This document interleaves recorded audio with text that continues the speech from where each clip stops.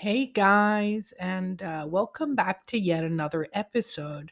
Funnily enough, this episode is actually, it was born out of a mistake I made in my father Amort episode, in which I interview my fiance because he was exorcised by Father Amort. Like a mini exorcism was not really an exorcism. I'd say he had a little test done to see if he was possessed when he was about 15 because his mom had played with a Ouija board and decided everyone was possessed. So anyway, in that episode, I was talking about Emanuela Orlandi. You may know her as the Vatican girl. There's a special on Netflix about her. And I was talking about how some people think her case is connected to one of Rome's most criminal biggest, most prominent criminal figures, whose name was Enrico De Pedis. And what happened is that somebody, I'll go over this in more detail later, but just to give you some context, what happened is somebody called in 2005. They called into a TV show that deals with people that have gone missing, and they said this: if you want to know what happened to Emanuela Orlandi, to Vatican girl, then you need to go check out this church and see who's buried there. Now, in the episode, in the Father Amort episode, I said it was the Church of Santissimi Apostoli. It's not.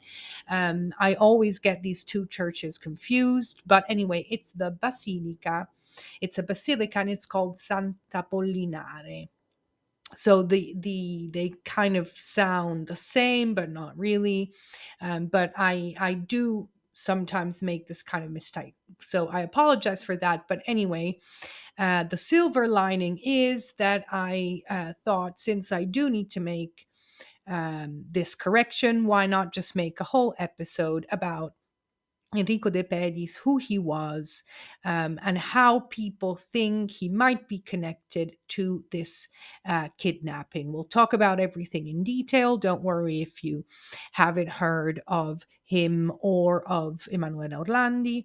But I do want to tell you something. If you have listened to some of my recent episodes, so the one about Cosa Nostra, the one about the Magliana gang, and so on, this is where it's going to pay off a little bit, because you are going to start to recognize some of the names, and you might start to get like a little glimpse of how they are connected in the Italian underground criminal world.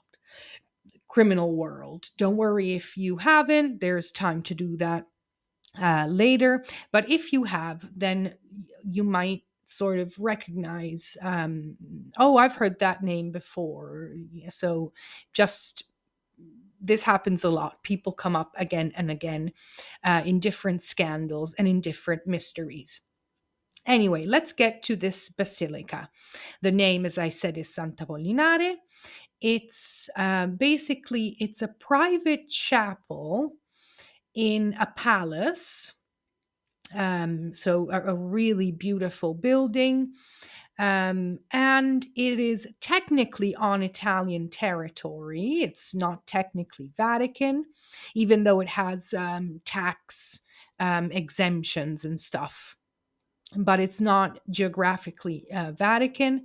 And it does have a history of being a residence for cardinals, and it has been in use to the Vatican for many years. So it's not technically geographically Vatican, but it has been, it's semi-Vatican, quasi-Vatican, definitely in use to the Vatican. So much so that since 1985 it has hosted the Pontifical University of the Holy Cross. So it doesn't get much more Vatican than that. So this is where this tomb that caused a scandal. But let's first see who was buried there. So His name was Enrico De Pedis. That was his full name, but he was better known as Renatino. And there is evidence that Renato was his second name. So I guess he went by his second name. That's how most of his friends knew him, and that's how most investigators knew him. So we'll just go with that. We'll call him Renatino. He was born on the 15th of May, 1954, in Trastevere. And Trastevere is one of those districts in Rome that if you go there now, then you have, a drink is $20. If you want to buy a house there, you need to be rich. But at the time, this really was a shanty town at the time he was born there. So he was born in poverty. And when he was 21, sorry, he committed his first bank robbery.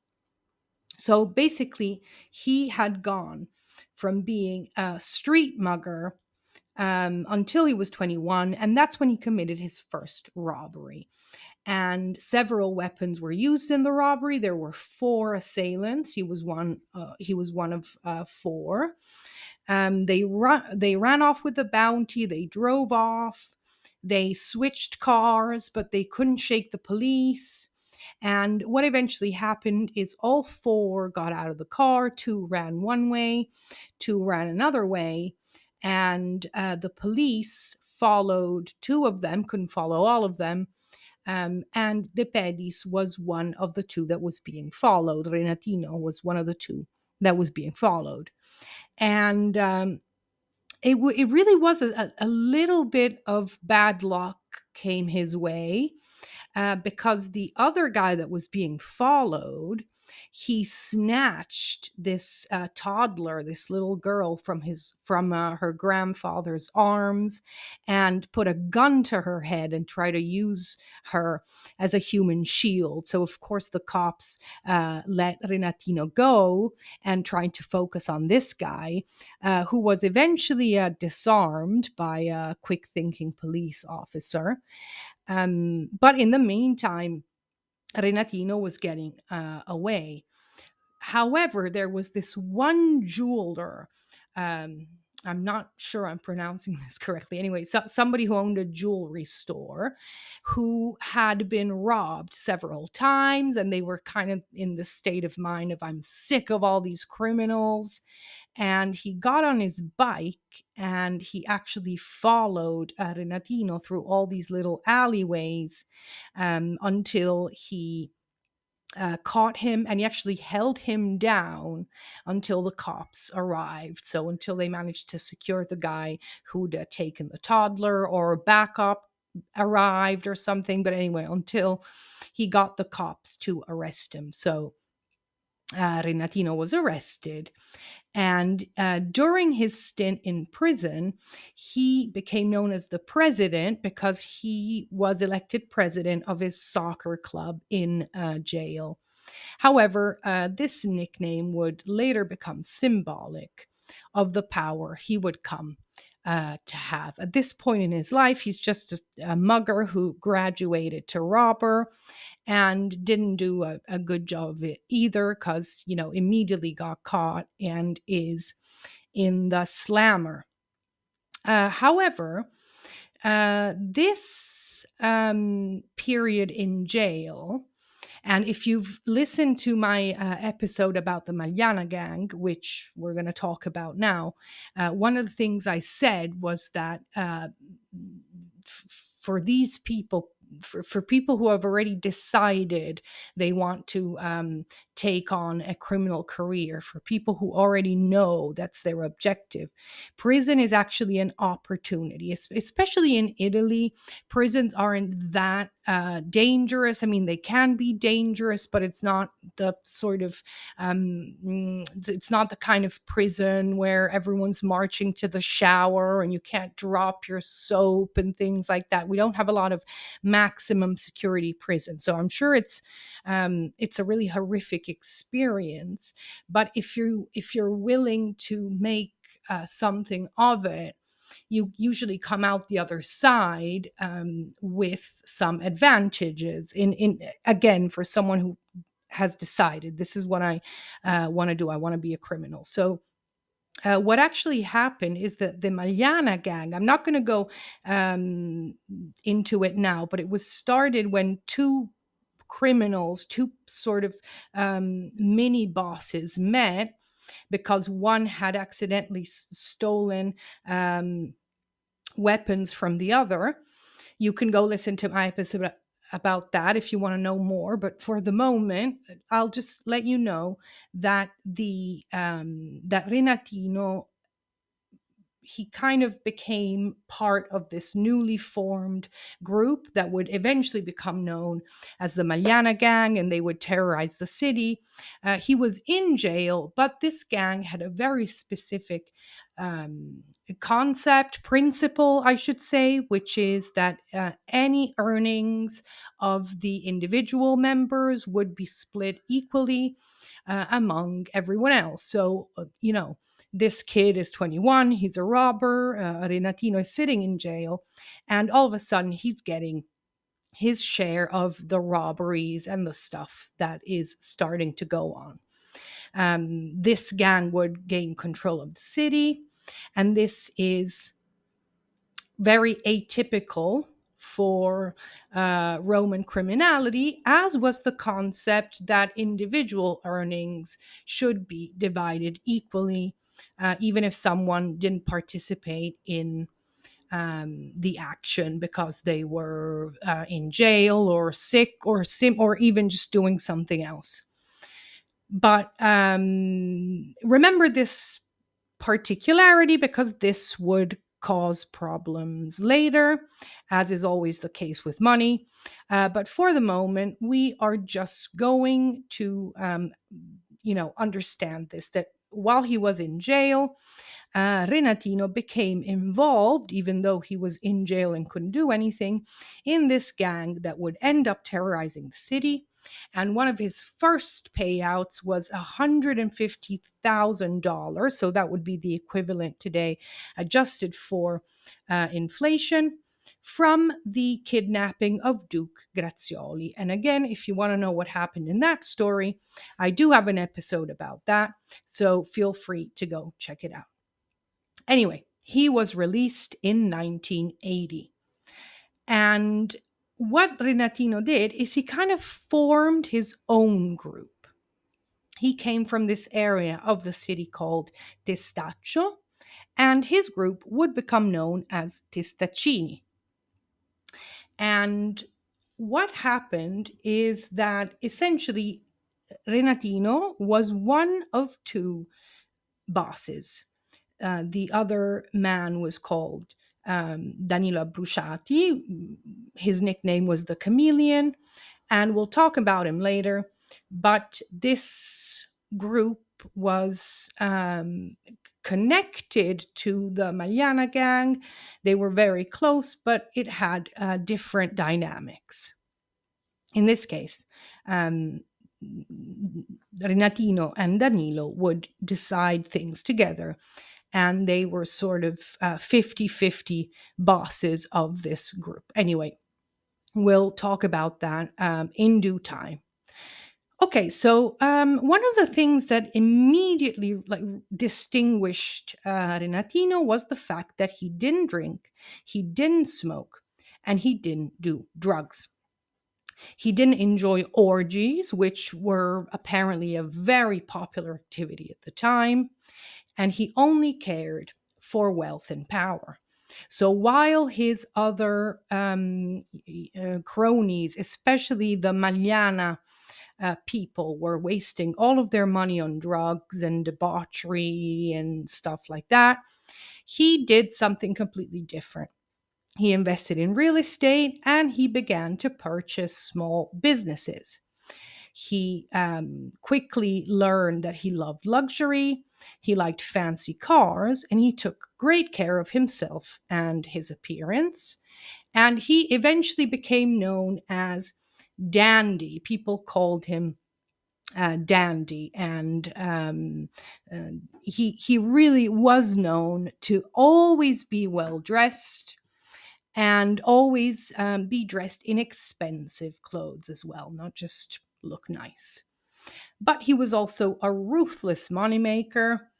And what happened is that he soon became the conduit for Cosa Nostra, so that's the Sicilian mafia, to start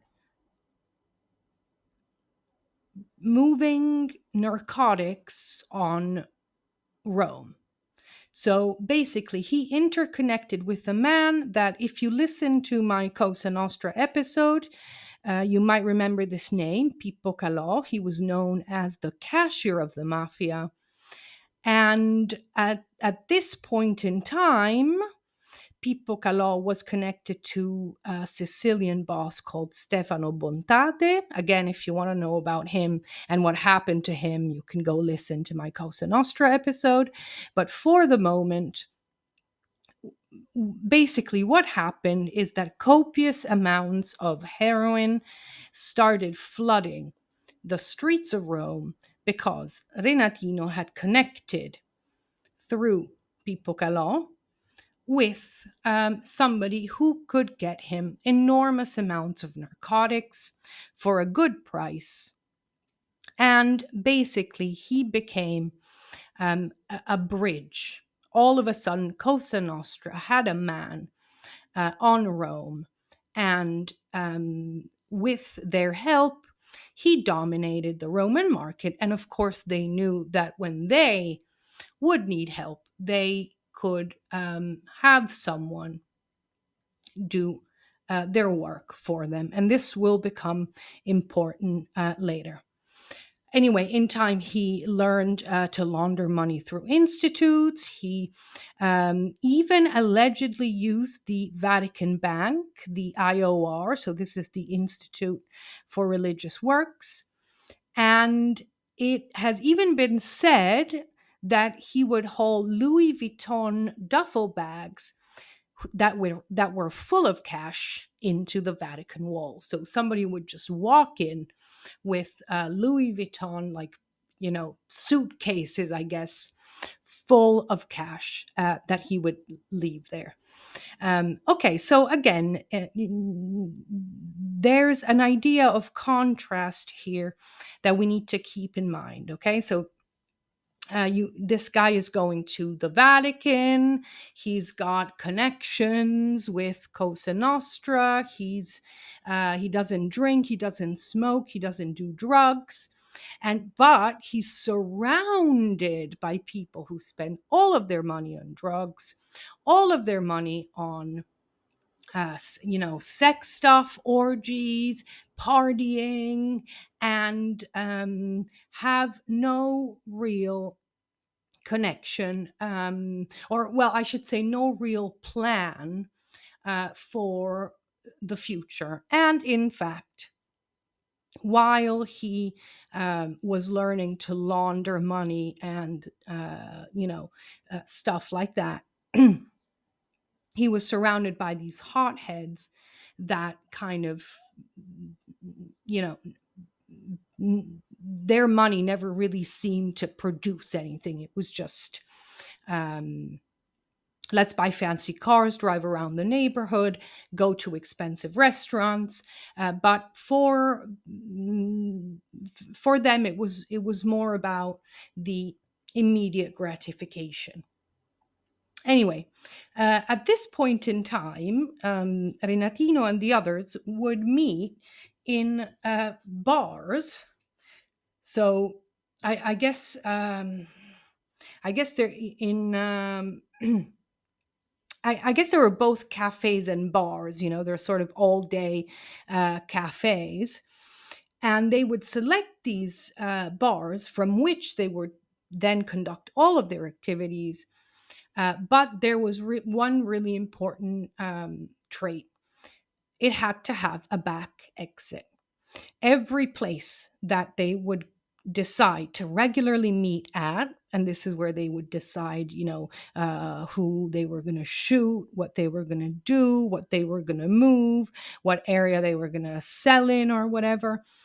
Any place where they would regularly meet at needed to have a back exit and a barman who would look out for cops or enemies, tell them in advance so they could run out the back exit. And, sometimes the bartender helped them for personal gain. Sometimes they were just terrified because there wasn't much you could do if they chose to sit in your bar and do their stuff from there. So you pretty much just had to cooperate. Okay, so anyway, again, we have this guy who seems like a real dandy, but he was also a ruthless killer, like all the other members of his gang. And when he had to, um, you know, this is part of what caused the rift between the Magliana gang, which is one area of Roman criminality. This is the guys with the coke and the orgies and the partying and the nothing else really going on, and the Testaccini. So this is pretty much Renatino's own group. He had formed his own group, and these were the people who were making connections with Cosa Nostra. They were not using narcotics. They were learning to launder money, investing in stuff. So it over time it became clear that these two groups had different interests. In 1981, Renatino had a loan shark killed, and this loan shark was a man who had ripped off Pippo Calò. So this is the mafia, the Cosa Nostra guy. And even worse, maybe, he had also given hospitality to members of the losing faction of the Cosa Nostra Sicilian War. I'm not going to talk about that now, but you can, if you want an overview, you can listen to my Buscetta episode. Anyway, the Magliana people started realizing that they were being used as hitmen in Cosa Nostra homicides without any real benefit.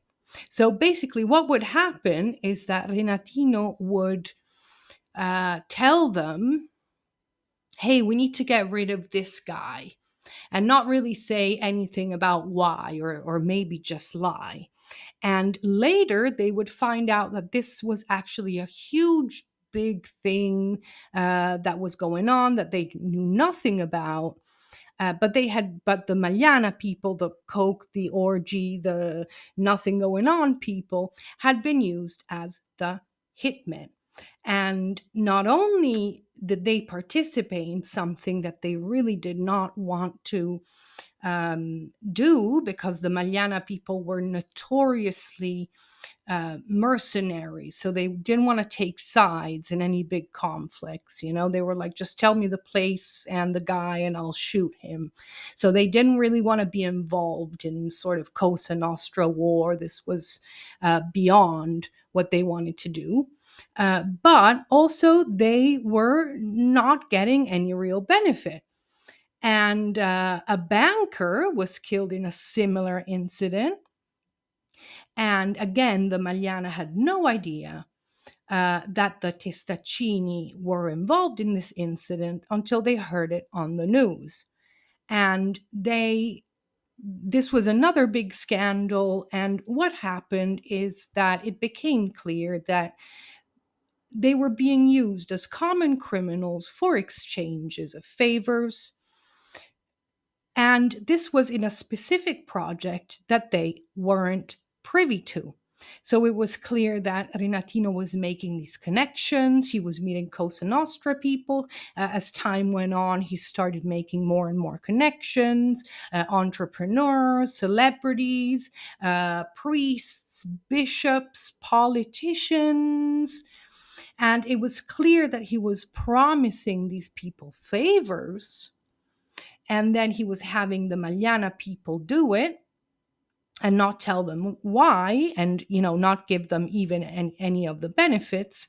Or the Testaccini were doing it, the Magliana knew nothing about it, and they felt cheated because they were like, listen, we don't want to be involved in any faction stuff. Why won't you tell us? It's bad enough you won't give us your connections and stuff, but it's, why won't you tell us, why you're asking us to shoot this person when actually the things are much bigger than they seem. So anyway, the point here is that the Magliana gang had never changed over time. They were only interested in robberies and narcotics, while Renatino was becoming increasingly business oriented, and he wanted to offer services to wealthy VIPs, um, especially things like high-end escorts, because that's where the pot of gold was. But we're going to talk more about that later. Okay, so I do just want to clarify this one more time. There were two groups, the Testaccini.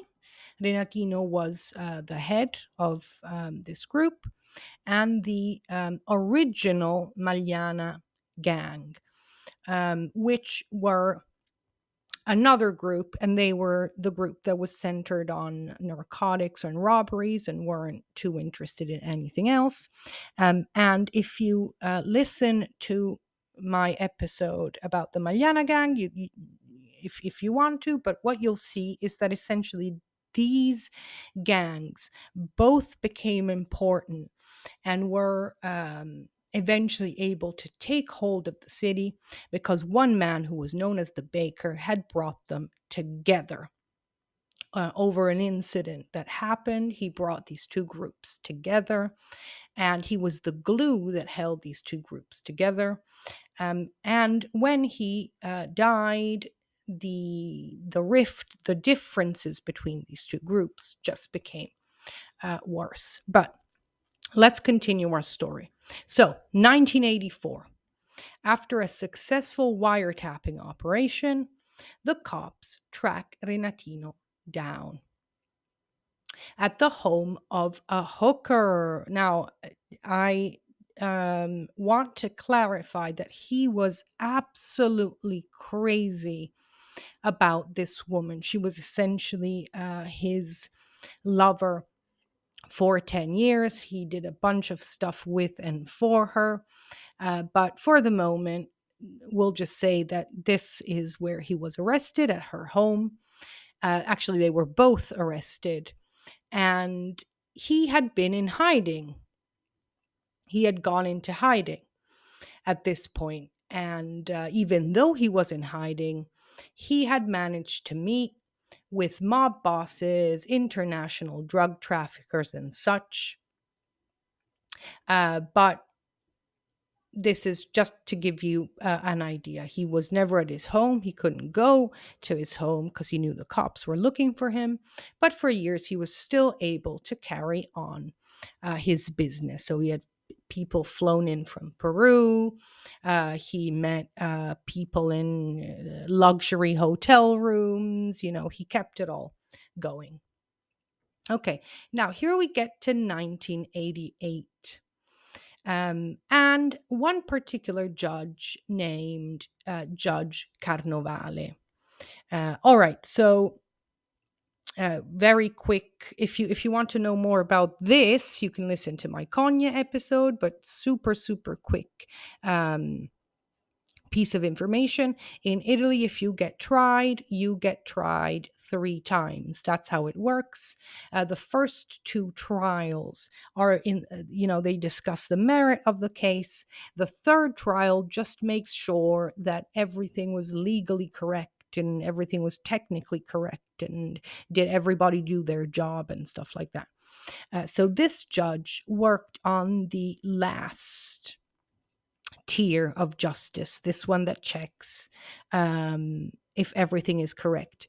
And he voided so many convictions on tiny technicalities, like even like horrible criminals and stuff like that, that he actually became known as the ruling killer.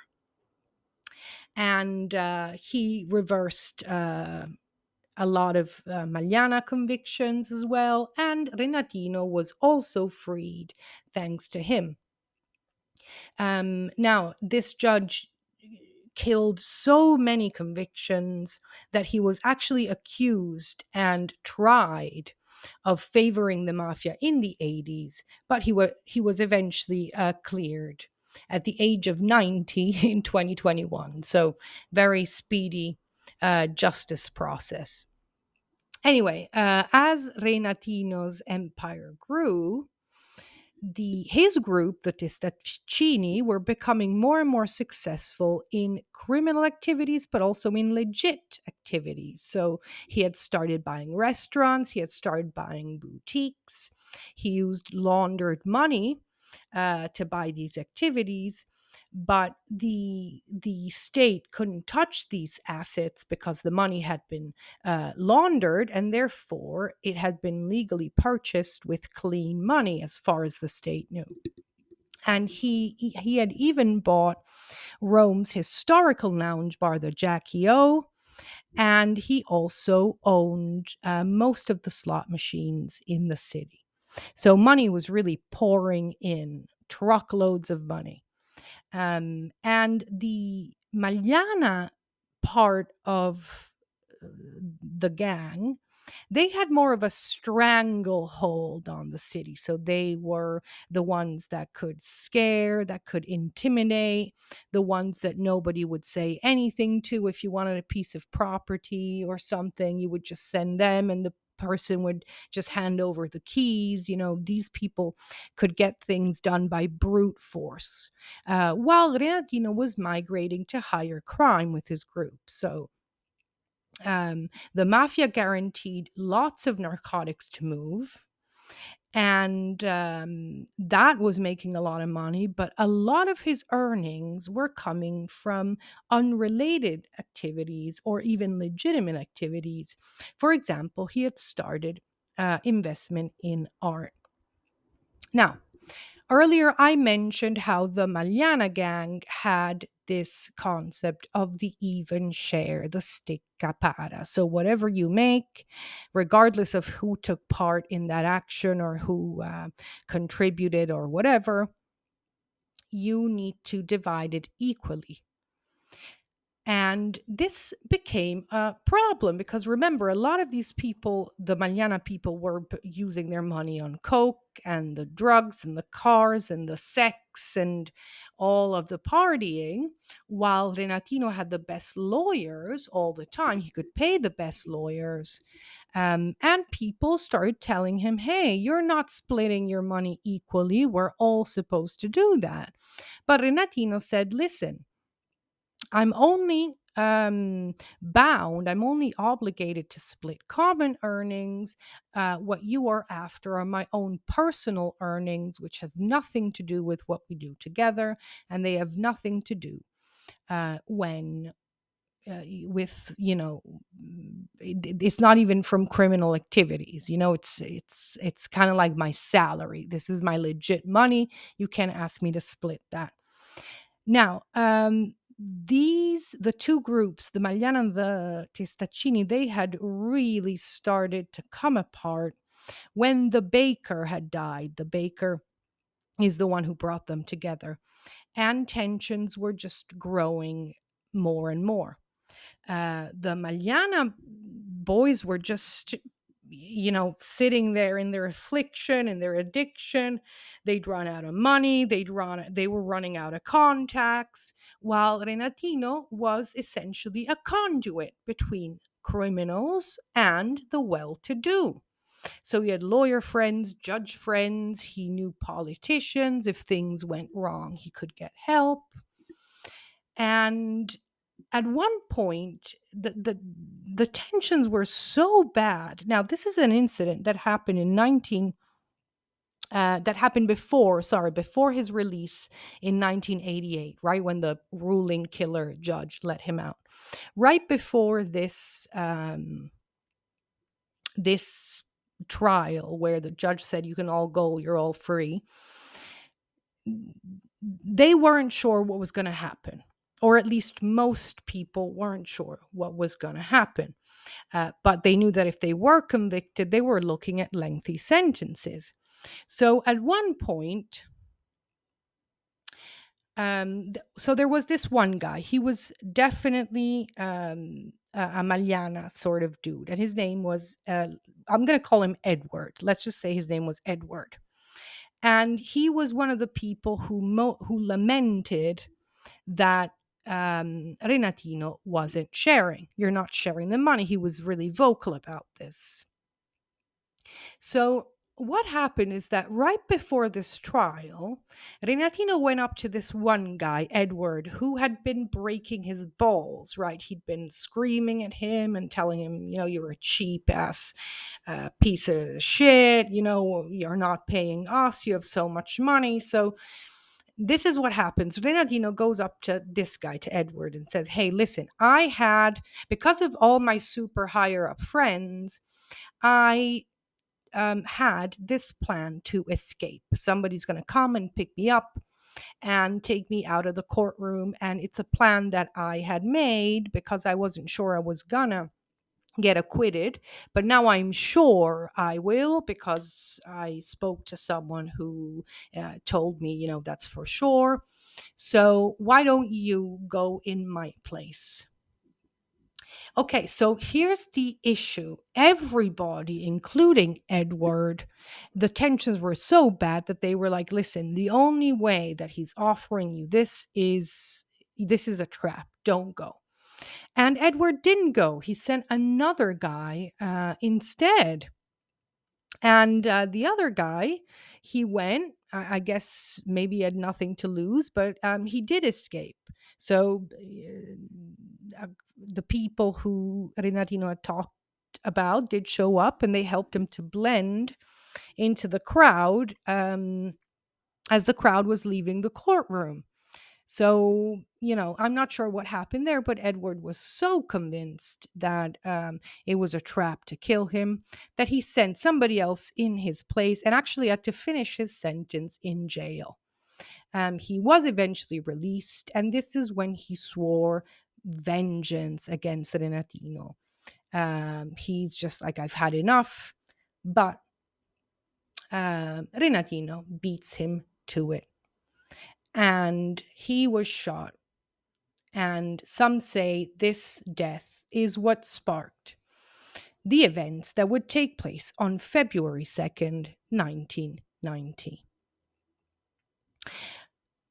Now, I just want to give a couple of more details about how Renatino ran his stuff, in contrast to the cocaine fiends and all that stuff that was going on at the time. One of his former sort of gang friends, and this man is on the Maliana side, okay? So he's definitely one of those people who immediately spent all his money. He eventually turned informant, and he always stated that Renatino was different. He was more taciturn, he liked to show off, but he didn't like to gossip. And according to him, every Sunday, Renatino would sit in a famous cafe, and this was especially true towards the end of his career. He would have breakfast, and then he would use the payphone to make his important calls. And from this payphone, he would call ministers, he would call, priests, bishops, and so on. And he was so respectful when talking to them on the phone that he bowed his head on the phone, even though obviously they couldn't see him. So people would ask him, "Hey, why are you doing that? They can't see you. Why are you bowing?" And he would answer something along the lines of, "I'm bending today, but they will bend tomorrow."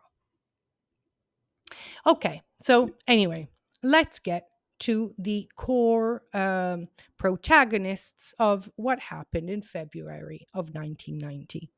The first one is Angelo Angelotti, an antique dealer that often had stolen or hard to find stuff in his antique shop in the center of Rome. And he was ordered by a member of the Magliana gang to call Renatino and tell him that he had something special that he had kept in store for him. Okay, now the member of the Magliana gang that I'm talking about was a man named Marcello, who was said to be very, very mild and sort of mild mannered, very meek, except for when he was looking for revenge. At that point, he would become a sort of crazy buffalo and would just not stop, not sleep, not eat until he found a way to avenge whatever wrong had been done to him, especially when it was a good friend of his. So when the baker died, he was shot. The glue that held the two groups together, the baker, he was shot, and Colafigli actually was the one who orchestrated the revenge. And some members of the gang have said that they agreed to go avenge the baker just to make Marcello, his name was Marcello Colafigli, just to make him stop. And the same thing happened with Edward. Edward had been shot because he had sworn to kill Renatino, but Renatino had beaten him to it. And Marcello, who was now in jail and was just really sad, all his friends were dying, had gotten into this state again. He'd gotten himself into the same state of, I cannot rest, I cannot stop until I find Renatino and kill him. And there were several people outside, but the two actual hitmen he had entrusted with this were not from the Magliana gang. The first one was called Dante del Santo. He came especially from Tuscany. He came specially for this. And he was known as the Wild Boar because he was known to just carry out orders with an extreme brute force, uncaring, just charge at you like a wild boar. And the second one, his name was Antonio.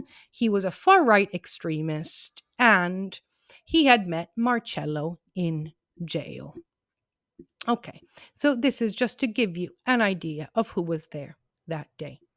So again, it was February 2nd, 1990, and we are in Via del Pellegrino. This is the center of Rome. So Renatino goes to the antique dealer shop. He exchanges a few words. When he steps out, he can immediately see something's wrong. He sees people looking at him kind of like they're waiting for him. He gets on his scooter and speeds off. But on Via del Pellegrino at number 65, that's how far he gets, until he's shot from the back. He's shot once only, but he is killed instantly. And he dies in front of the bystanders, and he is pinned under his scooter. That's how his body is found. This is daytime, so tourists are there, people are there, shop owners are there, clients are there, and this happens. When he died, he was 36 years old, and he died with a clean record. So he was never actually convicted of anything, but this is something that could become important later. Now, his death effectively ends the gang because Renatino was the only remaining person who wasn't completely consumed by drugs and by hatred. Everyone else was just seeking revenge, seeking nothing but revenge. And the people who were left behind after he died were simply living in a constant state of fear of being hunted down themselves. One of the killers, Antonio, was given a life sentence, but he went into hiding before his arrest and supposedly died in Kenya sometime later, while Angelotti, so the antique dealer who set up the trap, was given 15 years. He didn't have to finish his sentence, he was released earlier, but was killed during a robbery in 2012. So, you know, I guess some people don't change. Now, there's a lot of weird stuff connected to Renatino, and we're going to see a lot of it, but this is one of the first weird things. A report, so 2 or 3 years after his death, so 92, 93, in the police files, a report was found that suggested that somebody, we don't know who, but somebody had been tracking down the killer's every move for a long time because they knew about the preparation. They had followed them through the preparation all the way to the execution of the crime, but they had not intervened. Whoever had written this report had not intervened.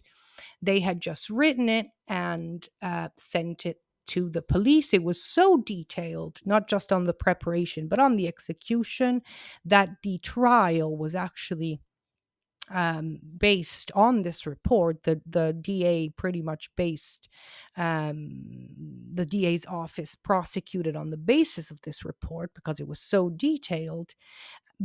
But somebody, whoever wrote it, had clearly followed the killers, even internationally, like through Austria, through Italy, around whatever towns they were meeting at or purchasing stuff. So it really is bizarre that nobody intervened. But we do know that this report exists, but we are not sure. We probably will never know who wrote it.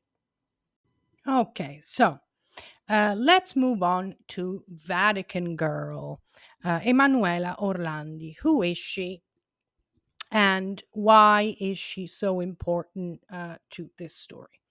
Okay, so she was a 15-year-old girl who was kidnapped on the 22nd of June, 1983, right by that basilica, the Santa Pollinare Basilica, where the tomb of De Pedis, of Renatino, was found to be. And she was coming home from school at 7 p.m. and she just vanished. She disappeared. Now, I'm not going to get too much into this case because it's a real rabbit hole. Before I can even give you just a summary of this case, I'd have to read like 15 books. It's so complex.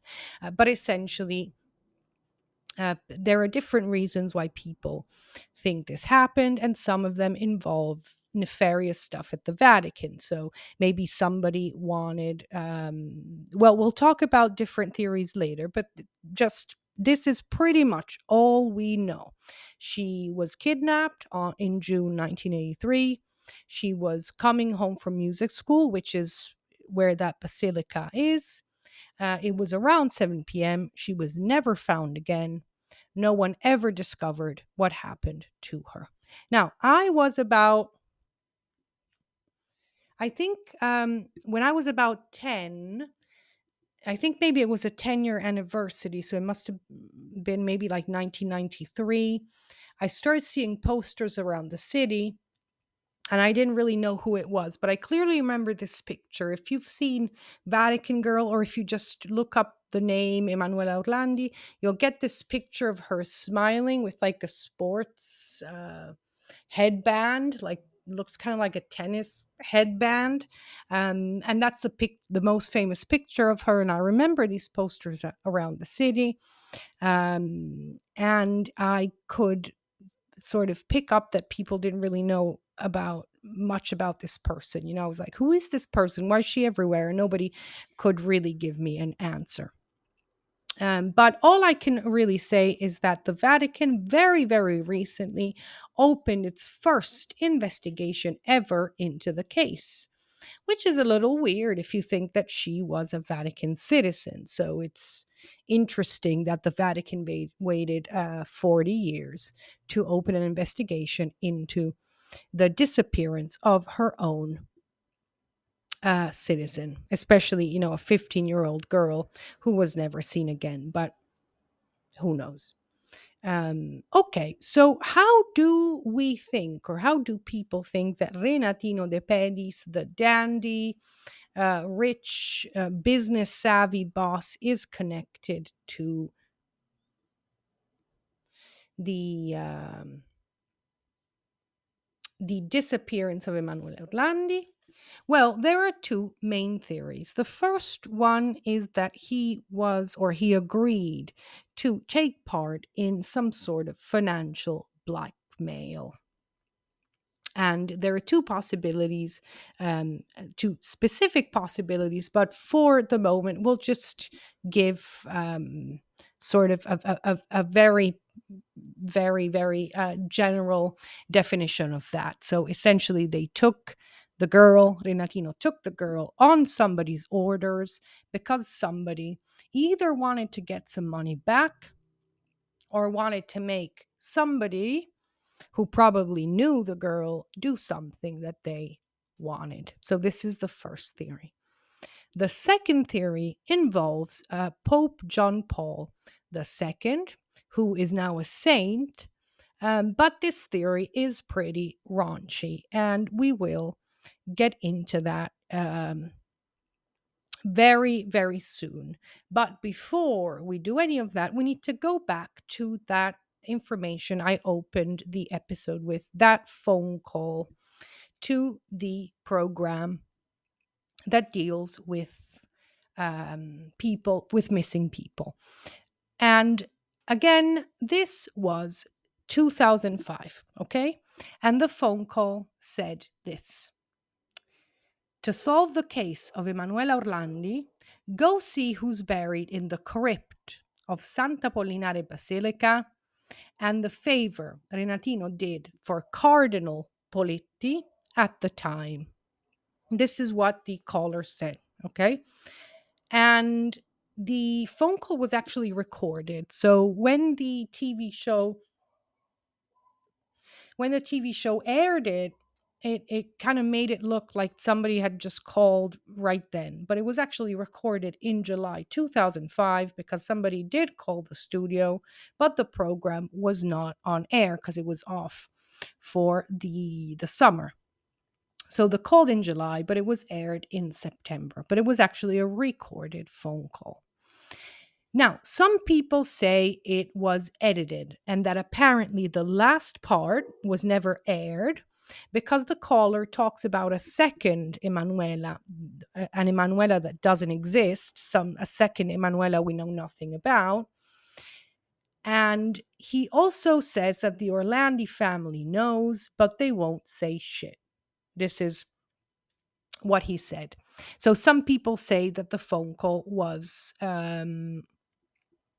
sort of they edited that part out because it makes the guy look kind of like a lunatic, and they wanted the phone call to sound legit.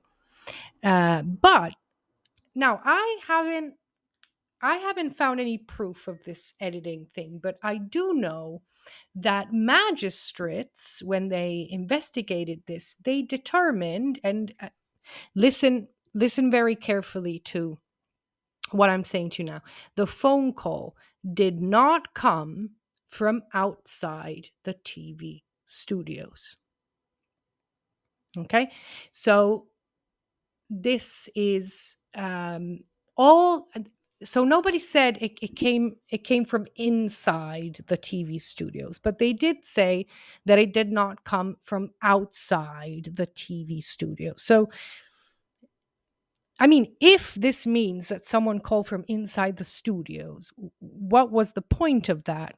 Well, some say that it was to promote the film about the Magliana gang that, in fact, would be released about a month later. And it was simply a propaganda thing, let's bring the gang center stage and renew interest. And the film was a huge success. So I don't, was it just a lucky coincidence or was it a plan that worked? And I mean, incidentally, the phone call also did bring the TV show a lot of notoriety, this Missing People TV show. So, really make of it what you will. But it's true that this program, well, after they aired the phone call, this program did receive a letter that someone had signed with their initials only. And this letter accused them of muddying Renatino's good memory and saying that there was another truth to his story. So the presenter read the letter, read parts of the letter on air, and then she made a plea to the anonymous writer saying, come and tell us this other truth. You say there's another truth. We're here. Let us know if you want to tell it. And I personally have never heard anything since, but this is essentially when the connection between Renatino and Emanuela Orlandi started. Okay, now before I go into what exactly they found when they went into the basilica, I want to specify one thing. When this phone call arrived in 2005, it wasn't unknown that Renatino had been buried in that basilica. It was just known by a small number of people. It was known by some of the police officers as well. There had already been an investigation of sorts into this um, thing, because it's just weird. But the problem with this 2005 phone call is that all of a sudden, this program is watched, a lot of people watch it, and yeah, all of a sudden everybody knew. Okay, but let's go back to let's put things in order just to make sure we don't get lost. So when Renatino died after he was shot in 1990, he was originally buried in another cemetery in Rome, just somewhere else completely. But after about 2 months, his wife made a request for him to be moved to that particular basilica, Santa Apollinare, for two reasons. One, it was the church where they were wed. And in fact, when they later opened his casket, he was still wrapped in his wife's wedding veil that she had used to wrap his body in. And the second reason was it was close to her job and she could visit every day. Now, the first investigation that I mentioned was about 5 years after his death. It was closed in 1997. And this investigation happened because an informant had just suddenly revealed, you do know that Renatino is no longer in the cemetery. He was moved to Basilica Santa Apollinare, right?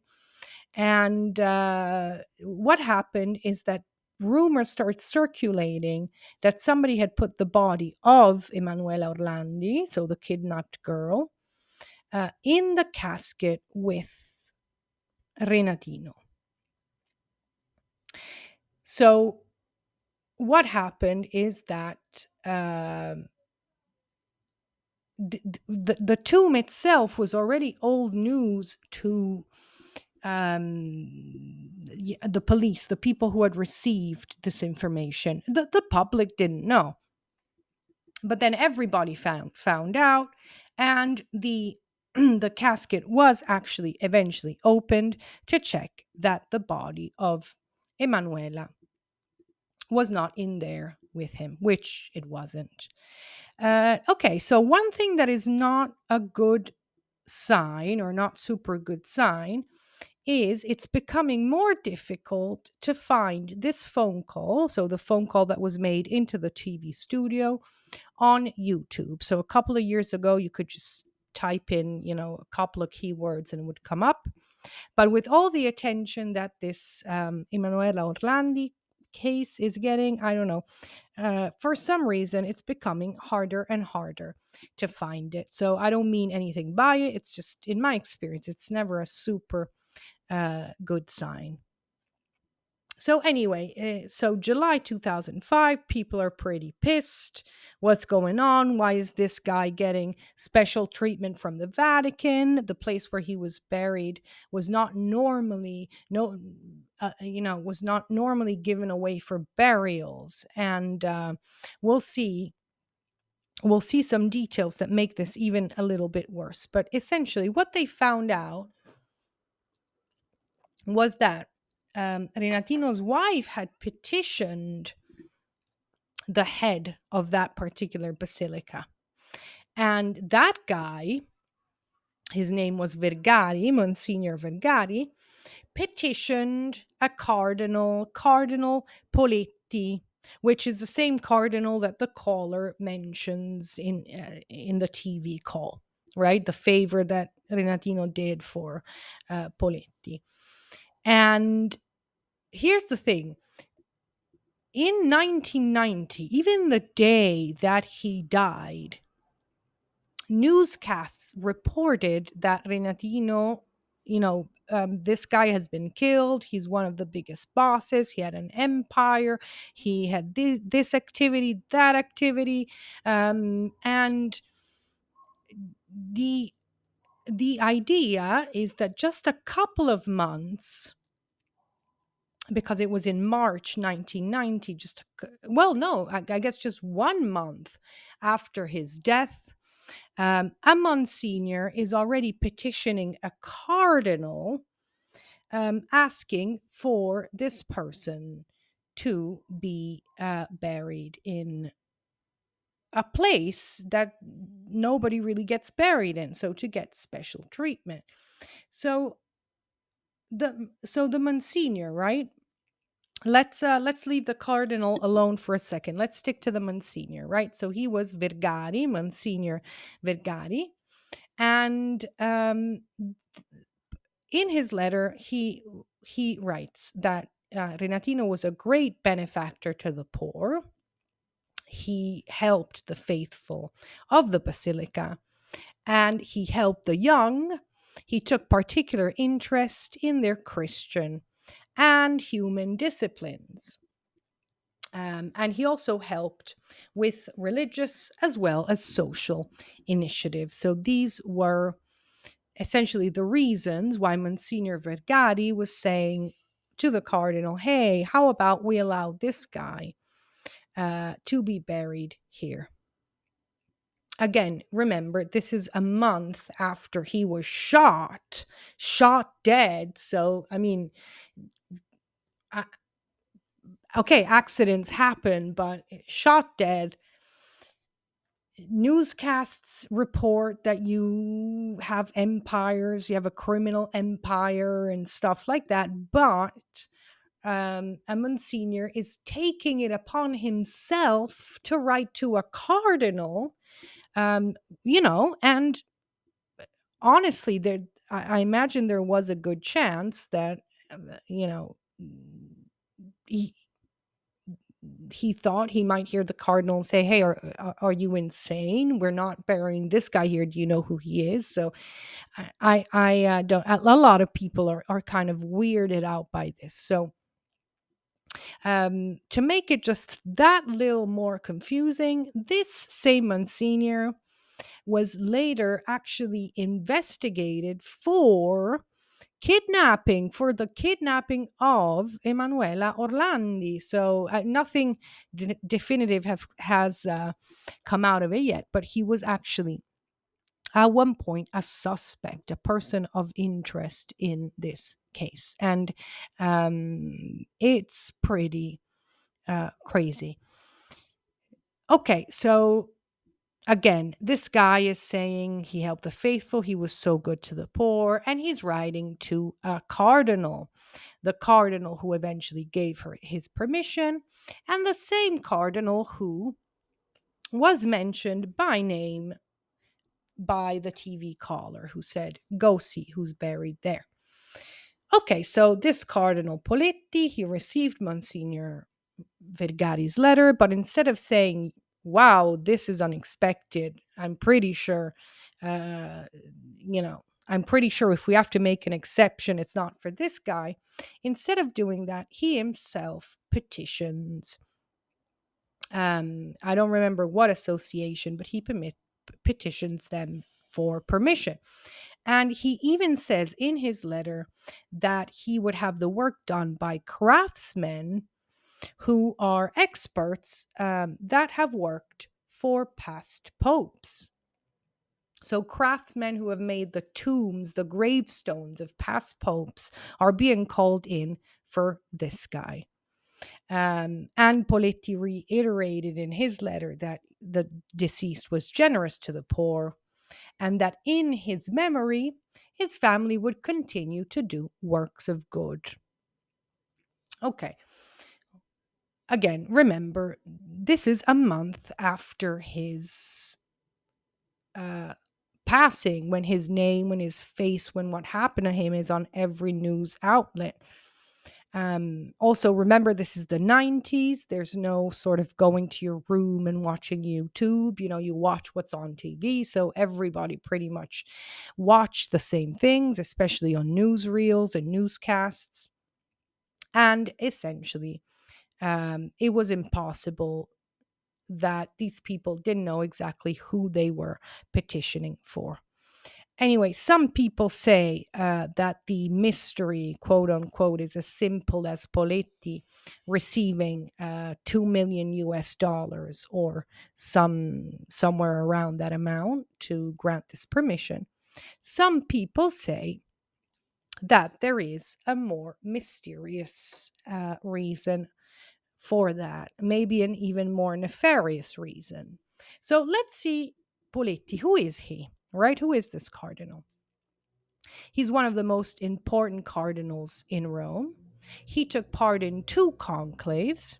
He headed the Italian Bishops' Conference, and he was indirectly involved in a major terrorist event where he had to counsel the Pope, well, Pope Paul VI, so before John Paul II, Pope Paul VI, on a letter that he eventually wrote to terrorists pleading for the release of the hostage.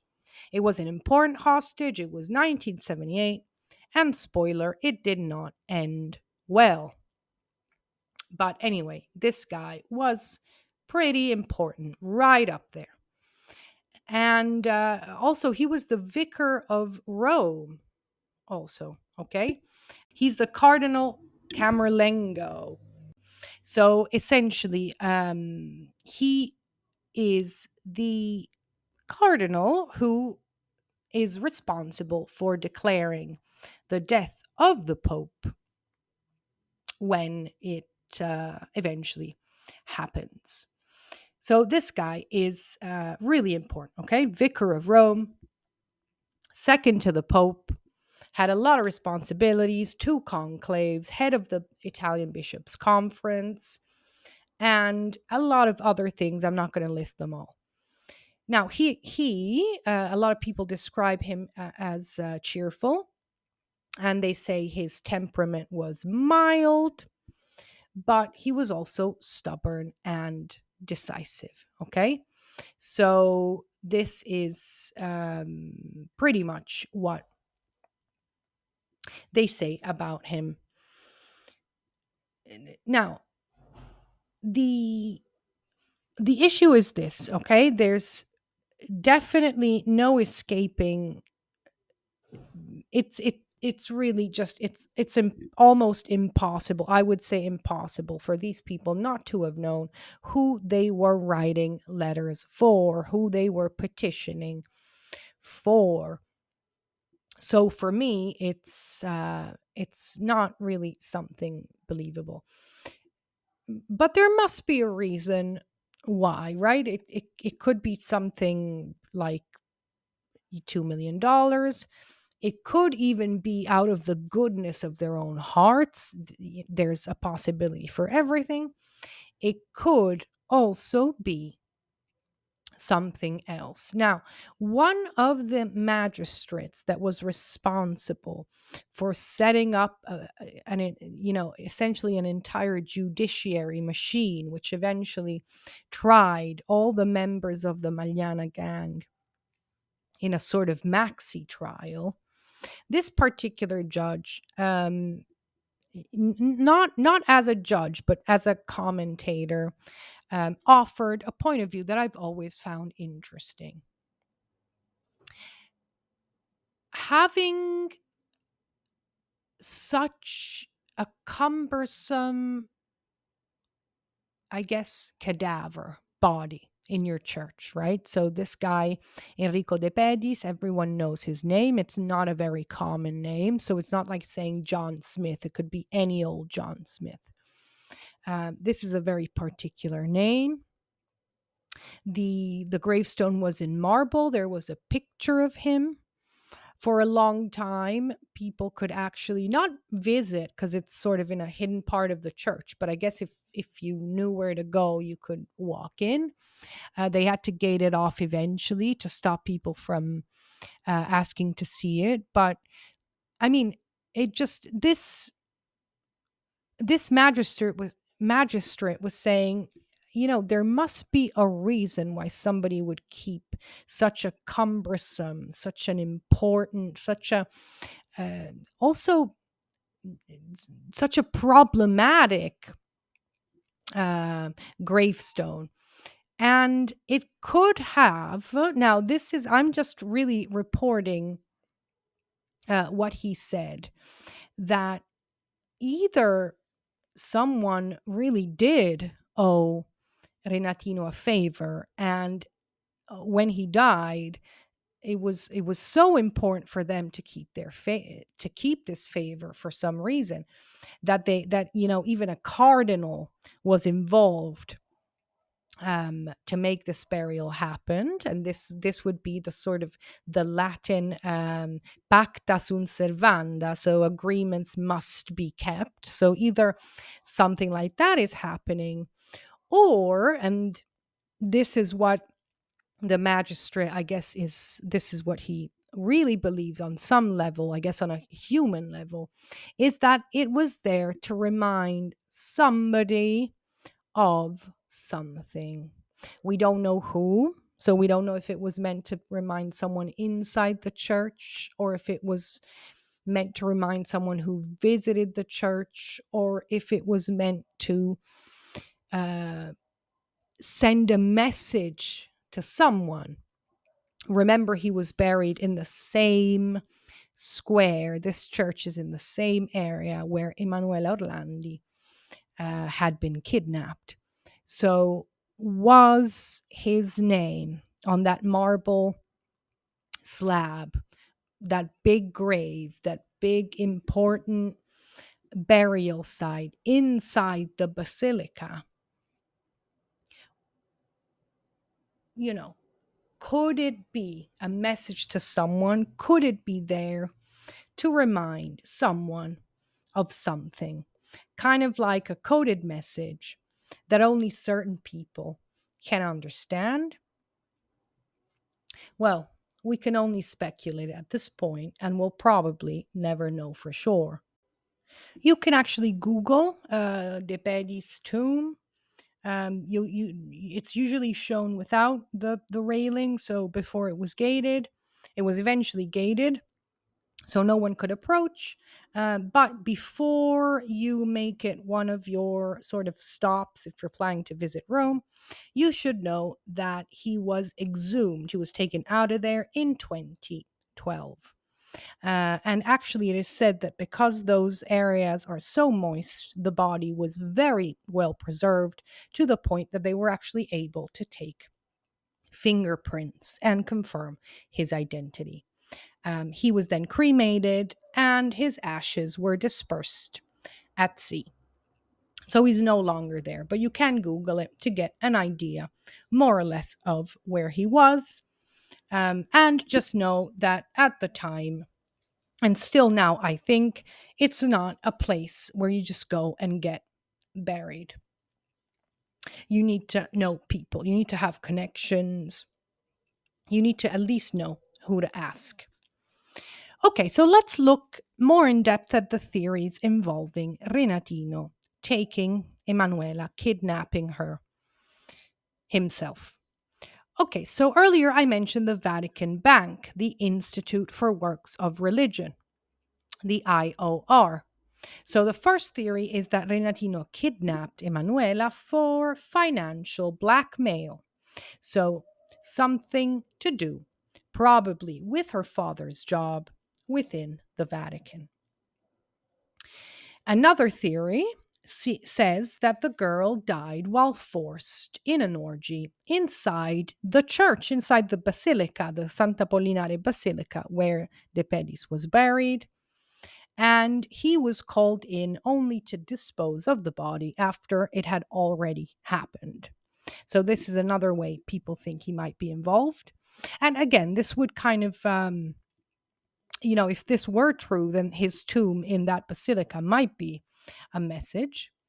Another theory, and this goes back to the money thing, is that on account of the Neapolitan mafia, Renatino kidnapped this girl for what would more or less be approximately adjusted for inflation $237 million that the Vatican Bank would not give back to the Camorra, which is the Neapolitan mafia.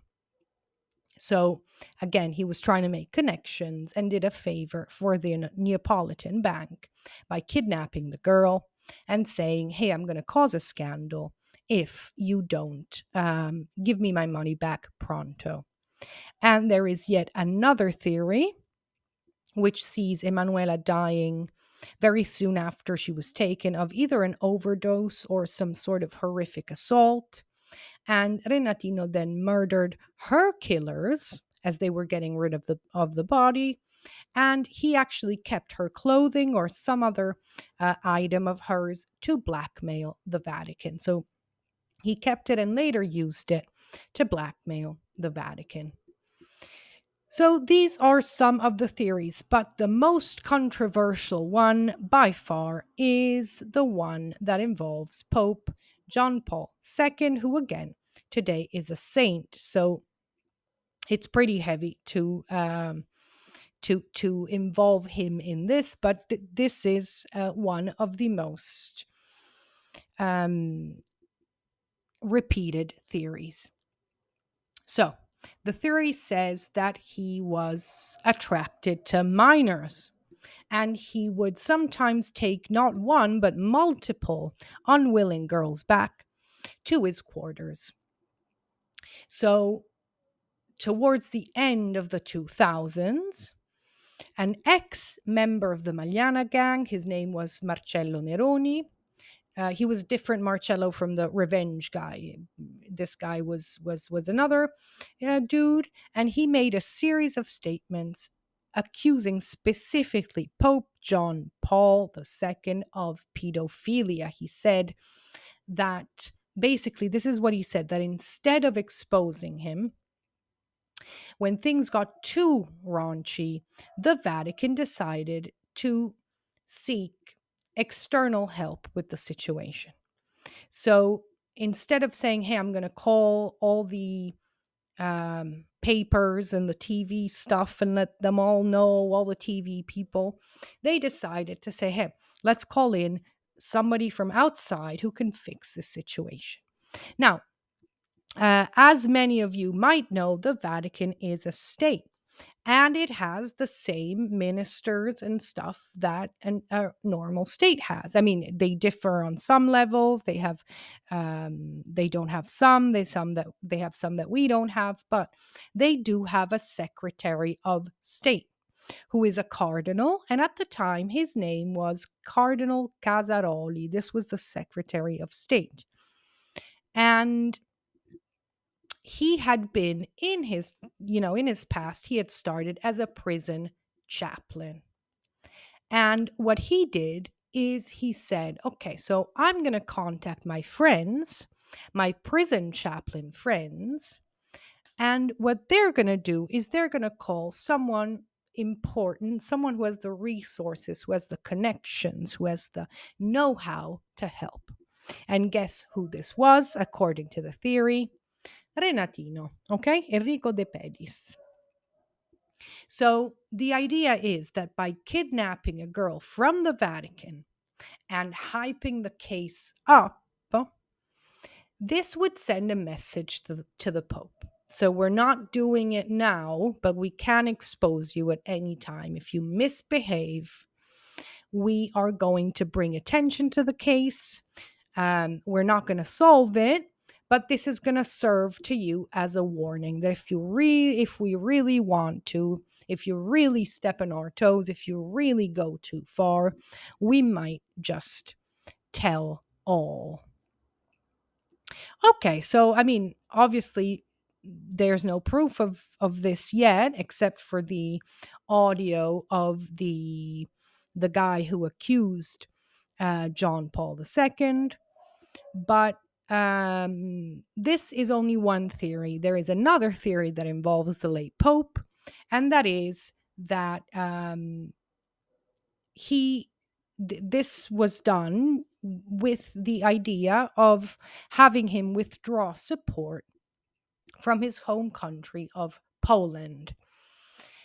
So the Pope had been shot in a previous assassination attempt, and a lot of people think that the kidnapping of the Vatican girl is just a continuation of this. Somebody didn't like he was supporting the civil war in Poland, that he was sending help. So they tried first to assassinate him. That didn't work. And so they decided to proceed with a scandal. Okay, so we said the only proof of this is the audio, right? The guy talks about John Paul bringing multiple girls to his room, doing all this stuff, and the Secretary of State not knowing what to do and opting to bring in somebody else. Okay, so there isn't any real evidence of this. It's all he said, she said. Okay. Also, remember that now, I'm not sure I mentioned this, but okay, so I mentioned, I think, 1,000 times that the Magliana people were not particularly good at self control. Okay, they would spend all their money, they were not lucid half the time, they were just sort of doing girls and partying and stuff like that. And so, whenever they turn informants, we always have to sort of take what they say with a grain of salt. So all we have is this Magliana person who says that.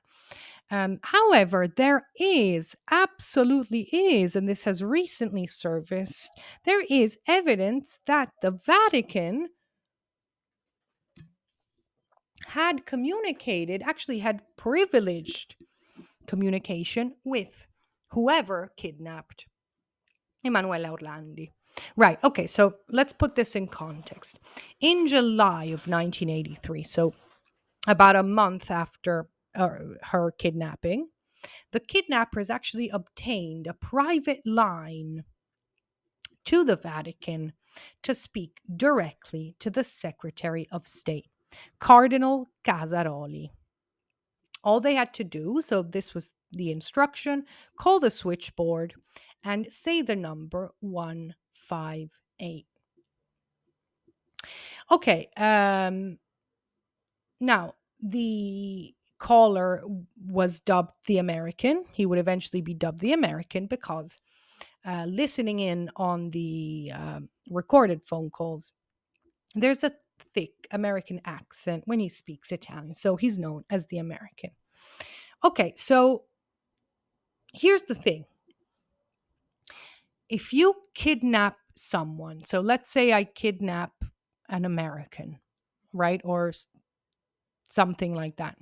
I don't call the White House and get the Secretary of State, right? I mean, first off, I wouldn't call them, but secondly, even if I did, I mean, I'm not sure they're not going to put me through to the Secretary of State, even if it is a crime. The Secretary of State doesn't deal with that. They don't deal with kidnapping personally, and you know it doesn't happen. They're not going to just put you through to the Secretary of State. So a lot of people were wondering, how did this guy get a private line?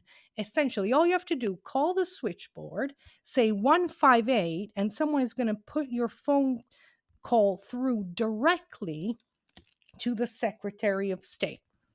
No questions. What is this call about, sir? Or, are you sure this is the right number? So, okay, is this a sign of blackmail, for example, right? This is something that people who are being blackmailed often do. Give the kidnappers a private line, or tell their secretary or whatever, if so and so calls, then, uh, you know, put him through immediately. We don't know. But we do know that one of these phone calls has been made public, and not the entire phone call. Okay, so we're not sure what the American said to the cardinal once the cardinal got on the phone. But the part that was released was the 3 minutes in which the people at the switchboard are recorded speaking. Okay, so firstly, what happens is that a nun answers the phone, and the person on the other line with an American accent asks for the cardinal and says the number 158. And at first, the nun who answers says, "What is this number?" And immediately a male voice beside her, so probably another switchboard worker or somebody listening in who can communicate with her, says urgently, he says, oh, okay, Casaroli, put it through to the cardinal. So she goes from, what's this number, 158, what is that, to somebody telling her, go now, immediately. Now, it takes 3 minutes to find the cardinal. Okay, so the nun keeps trying to put the phone call through, but none of the the numbers are picking up the line, and she keeps telling the American, a moment, please hang on, just a moment. So it's clear by now that everyone in the switchboard area knows what's going on, because they're scrambling to find the cardinal. They're calling people, they're calling other offices, other priests. And when they do find the cardinal, and it does take 3 minutes, somebody answers, like, I'm not sure, maybe his secretary, his chamber person, and says, hold on a minute, I'll get the cardinal. The nun at this point is really, really sweating. She's like, I can't wait anymore, please. And when the cardinal finally comes on the phone, she pretty much, I mean, I don't want to say bitches him out, but kind of, she's like, oh, cardinal, why were all your other numbers not working? What's going on? And you can really tell there is an urgency that everybody knows about putting the kidnapper through to the cardinal when he does call. So essentially, it's not so much what the cardinal says to the American, because that we don't know, but we can tell that this was a really big deal. And we can tell just by how agitated these nuns were, and how important, clearly, somebody had told them that this issue was, even as an I mean, I've never worked in a position of power, but I can tell you that I've been in the past. I've worked as an assistant, as a secretary, essentially, for someone who had a lot of, let's say, clout, a lot of money, a lot of clout.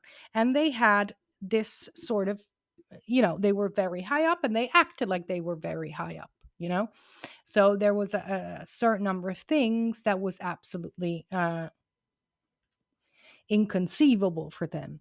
And I don't know if this is just my experience, but it really does take some gall to call the cardinal, who's also the head of state, on all his numbers, not knowing if he's maybe in a meeting, if he's doing something else. Um, Contacting other priests saying, go get the cardinal, go find the cardinal. This is all inside the Vatican, okay? So they're not just calling people at home, they're calling people inside the Vatican. So this is a particular type of priest, right? They live there, they're surrounded by powerful people. So this nun is just calling everyone. And when the cardinal does come up, she doesn't even say, "Oh, Cardinal, I'm so sorry. It's this guy. He made it sound so important." She bitches him out. "Why were none of your other numbers working?" And then doesn't even tell him what the phone call is about. At one point, she just sort of she says that thing, "Cardinal, why were none of your other numbers working? Oh my goodness," and eventually she just says, "All right, you can speak now." So the cardinal says something, and the last thing we know, we hear the American's voice. So the phone call cuts out, but we do know they uh, they did come into contact with each other. The last thing we know is that they were communicating. So I really cannot imagine talking like that to a cardinal, unless you know that he knows how important this thing is. So there is, again, I don't want to talk too much about the kidnapping itself, because it's one of those insane uh, rabbit holes, and you really have to sort of study that just to get an idea of what's going on, just to get a basic idea of what's going on. You really have to study it. You can't just read about it. So many names, so many weird coincidences. I'm really concentrating on how could, if in any way, we presume that Renatino De Pedis, after having given you his biography, after having told you who he was, I'm really just concentrating on this. Could he have been somehow, in some way, behind this? Now, of course, I'm not sure we'll ever get any answers about who Mr. 158 was, or why, or how he managed to get a direct line to the Vatican and to the Secretary of State in the Vatican. We don't know. We can only surmise that for some reason, the kidnapping of Emanuela Orlandi was important enough to the Vatican to give this guy, whose identity is still unknown, a private line. However, there is another person, I should say, that connects Renatino to the Vatican. However, before I tell you what she said, I do have to tell you that a number of judges have declared her to be an unreliable witness, mostly on account of her substance abuse. Um, but not only that, because otherwise you'd probably have to, throw out all the testimony of the Magliana people and everything they ever said. So it wasn't just the substance abuse, is that they did investigate her claims, and so far, no evidence has ever been found. Anyway, this was Sabrina. The prostitute that Renatino chose to be his woman for over 10 years. Okay, so this girl, Sabrina, was very beautiful. She had been married to a soccer player and she had a daughter from this guy. She became a prostitute eventually, mostly to sustain her expensive cocaine habit. She met Renatino and he fell head over heels for her. He was absolutely crazy about her. And in fact, in the film, in the series, because this group, this gang has been very romanticized, they shouldn't be, but they have been. But everyone always makes a big deal about this lady. He couldn't stop thinking about her. Now, here's the thing. Renatino, in his criminal career, he had learned that there was a special kind of power in giving the rich what they wanted. And as I mentioned, for a while, he owned the Jackie O, right? The Jackie O is Rome's most famous lounge bar. This is where international VIPs and magnates eat together, drink together, party together. And this is where he started to see, there's something here.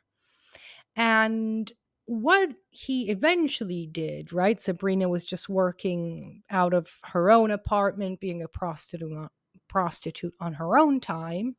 And what he did is he took her out of there and he gave her a villa, like a mansion.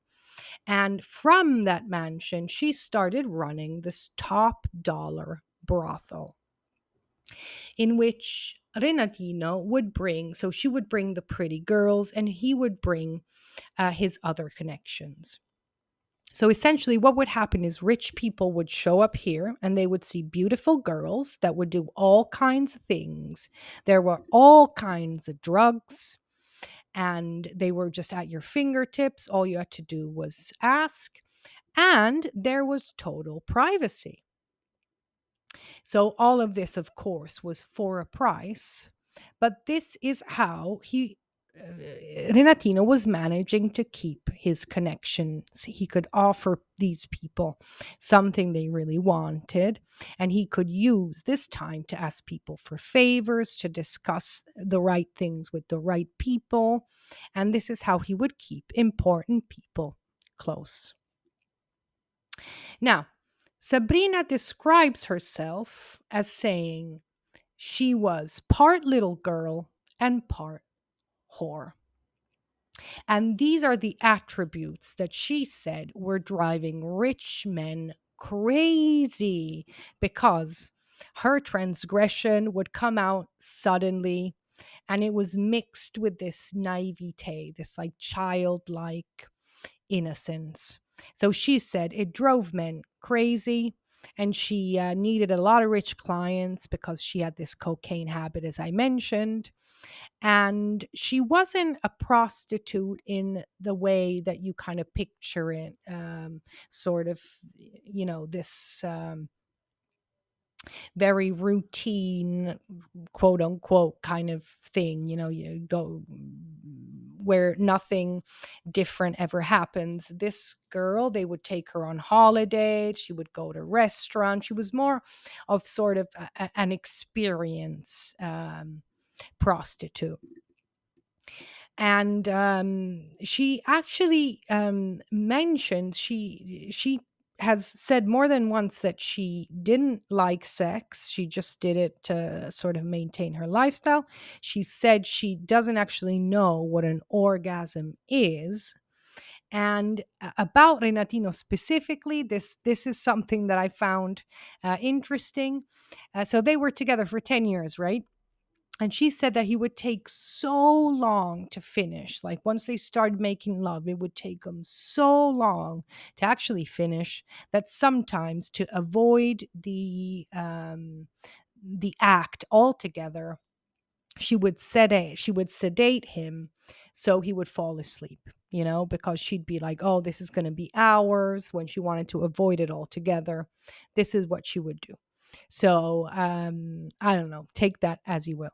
Anyway, back to the case in question. This is what Sabrina said. She said that she personally handed Emanuela over to a priest on Renatino's orders. So they met in a park in Rome. Renatino handed the girl over to Sabrina and told Sabrina to walk her over to a priest who took custody of her. And she said something about an orgy going wrong. She mentioned places and people that the investigators checked, but so far, no evidence of her version of events was found so far. So we don't know. She has been deemed unreliable. One of the problems with her stories is that she calls into question one of the people that I mentioned at the very beginning of the episode, the chameleon. His real name was Danilo Abbrusciati, but he was known as the chameleon. And she brings him into her story, saying that at one point, the chameleon, so Danilo, went up to her and told her, or maybe scolded her. I don't remember exactly how she phrased it, but he said something along the lines of, "Did you buy, the good stuff?" Referring to food, because we have the hungry girl at home, referring to Emanuela. Now the problem, of course, here is that Danilo Abbrusciati, the chameleon, died. He was shot in April of 1982 as he was trying to shoot someone himself. He was shot.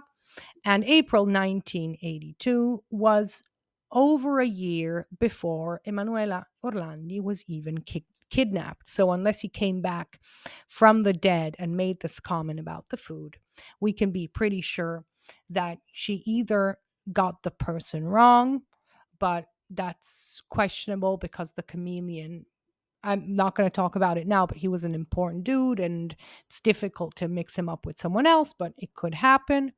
Or just her story doesn't make sense considering that none of the other things she said were found, um, were proven so far. Again, so it might be revealed to be true. This is something that can always happen, but for the moment, it seems Sabrina was pretty much the same thing as, as I mentioned earlier, people say that phone call to the studios, to the TV studios in July of 2005, could have been a way to renew interest in the gang because the film was coming out. And it seems that because of the timing, Sabrina was kind of the same thing, a propaganda stunt, but it was a little bit, I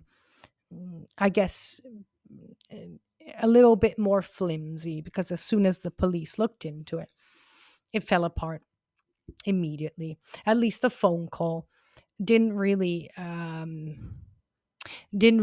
do anything new. It just brought to everyone's attention what only some people knew, and it brought. I mean, it mentioned Cardinal Poletti. It mentioned a favor. We don't know what that favor is, but we do know that it was Cardinal Poletti. He was one of the two people who petitioned for Renatino to be buried in the Basilica of Santa Apollinare. So I don't know, but at least the phone call had some factual basis. With Sabrina, it's a little more difficult. Anyway, the sort of one of the latest things that has happened in this case in 2021 concerns Pippo Calò. If you want to know more about him, you can listen to my Buscetta episode. There's some stuff about him in there. But again, just to remind you, he was from Sicily. He was a Cosa Nostra man. He moved to Rome, where he linked with local criminality and became known as the cashier of the mafia because he was widely considered the financial whiz. So, this one lawyer in 2021 said that she contacted Pippo Calò, who was born in 1931 and is surprisingly still alive, serving a life sentence in a hospital prison ward in Sicily. But she said that although he agreed to speak to her about this case, about the Emanuela Orlandi case, authorities denied permission. So, what she is saying is, does he know something that the authorities don't want him to say? He himself has agreed to speak to me, but they won't let me in to see him. Okay, so we'll just have to live with that query because that's all we know. Okay, so I do want to take a moment to conclude this episode with some thoughts that I think are important. Okay, so if we uh, if we look at Renatino, especially in his latter days, right, where he was going to art dealers, he was driving fancy cars, he was buying villas for his girlfriend, he was buying fancy lounge bars, he was offering all kinds of services to important people. He was most likely somewhat dealing with the Vatican. So he was a high up guy. He'd come from nothing. And when he was killed, when he eventually was murdered, it took a small army essentially to kill him, right? Because two people on the motorbike were the actual killers. And then there were two cars at each end of the road with about I think a couple of people at least in each car. Everybody was armed. So essentially, we're talking about a fairly big group of people to take out one guy. Okay, now here's the thing, right? So Renatino, like everyone else, had eliminated some of his enemies, but to stay alive in that kind of environment, you you have to plan attacks on your enemies all the time. He lived in this constant state of fear, constantly observing the people around him and making plans to kill them before they killed him, which is essentially what kept happening until the day it didn't. So it's really important to keep this in mind, because it seems like all fun and games, but it's really hard to live in that state all the time. It's fairly horrific to have to think how many people are thinking of killing me. How many do I have to get rid of today before they kill me tomorrow? Again, please remember where we are. Please remember who we're dealing with. Okay, so we're dealing with the hotheads who hate him because he's not sharing his money, even though it's from something else.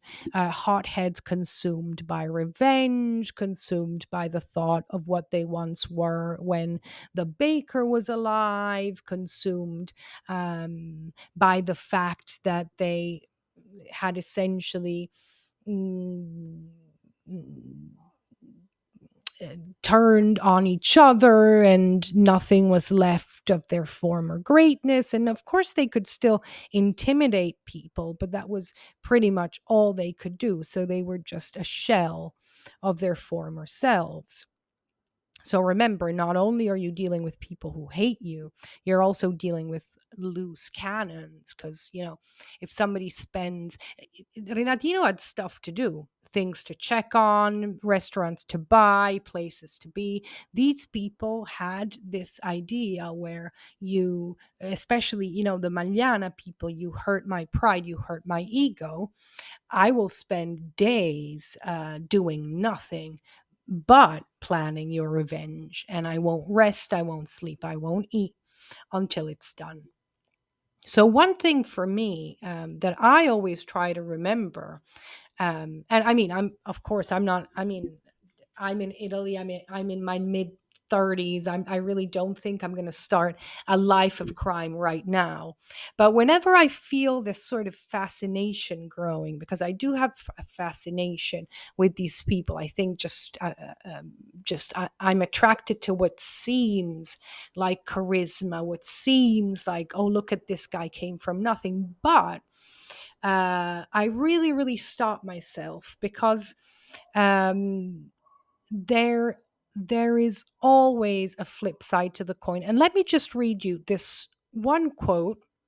This quote is from one of the Magliana people called Antonio Mancini, who was known as the beggar. And he's one of the most sort of kind of offhand kind of guys. He turned informant, but he still speaks with a very thick dialect. He's very proud of sort of his origins. I mean, it's interesting to listen to him talk, but it's also, when he says things like this, you get a glimpse of um, what the atmosphere must have been ba- like back then. So he was telling the story of how De Pedis died, how Renatino died. So he got on the motorbike, on his moped, something was off. He looked around. He saw faces, that were a little too interested in him. He knew the drill, so he tried to whiz out of there, but that one single gunshot reached him and killed him, and he was left there, right? He was left on the ground with his scooter on top of him.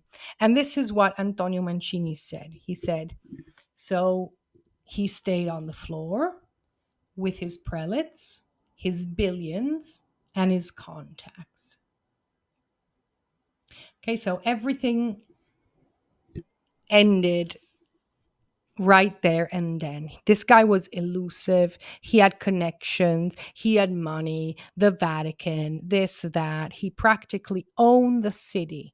He had the protection of Cosa Nostra, and he still died at 36 years old. So, you know, my question is always, why did this guy not put his energy into something else? Um, could have been, I don't know, the next big thing. Well, I guess we all have to pay the check at some point. So I don't know. It just seems like when you're there taking your last breath, pinned under your moped. You might have not seen your family in weeks because you're technically in hiding. You have to have bodyguards and people to taste your food or whatever, and you can't own anything. Everything has to be in, your family members' names because people are looking for you. Just getting up every morning wondering if this is going to be the last time you walk out that door is, I mean, I can't imagine how stressful that must be, and how much your heart sings that one day when you step out and you see all the signs of what's about to happen, and you just get that feeling of um, all those times you had that feeling in that back of your head. All of a sudden um, you start to get the message that that day might be your last. So uh, really, really not worth it. Absolutely. However, I do have to say that while these people acted in a way in which most of us would never act, and led a lifestyle that most of us would not enjoy, and because we don't have that kind of malice in our heart, they are very, very interesting characters to research. And it is very, very crazy to see how they took advantage of opportunities and changed the face of crime in Rome. Not forever, because it sort of, you know, but well, in a way, I guess I could say forever, because even though crime in Rome now is radically different from what it was in the 70s and 80s, crime develops, so when all these things became known, the Magliana people, the Testaccini, the all of the Cosa Nostra things in the 90s, when all of these things came to light, they just got recycled. So there's probably some other criminal organization right now that have the assets that were either confiscated or whatever, um, when all these people were arrested. Okay, guys. So, yes, the Magliana gang is one of the most fascinating chapters in the history of Rome, as intended as the modern city it is today, not ancient Rome, but of this last century. All right. So, thanks for listening. Let me know if you want me to talk about some of the other people in the Magliana gang, in the Testaccini gang. There's a bunch of super interesting characters and events that I am more than happy to discuss with you, give you an overview, and then, of course, for more detailed information, you can always do some research of your own if you want all the ins and outs, all the names, specifics, the times, and get all your ducks in a row. Even though, as I always say, there's a lot of, when the Vatican, when the secret services are involved, you don't really have too good of a chance of getting the truth. But you can certainly try. So why not? All right, everybody. Good evening. See you next time.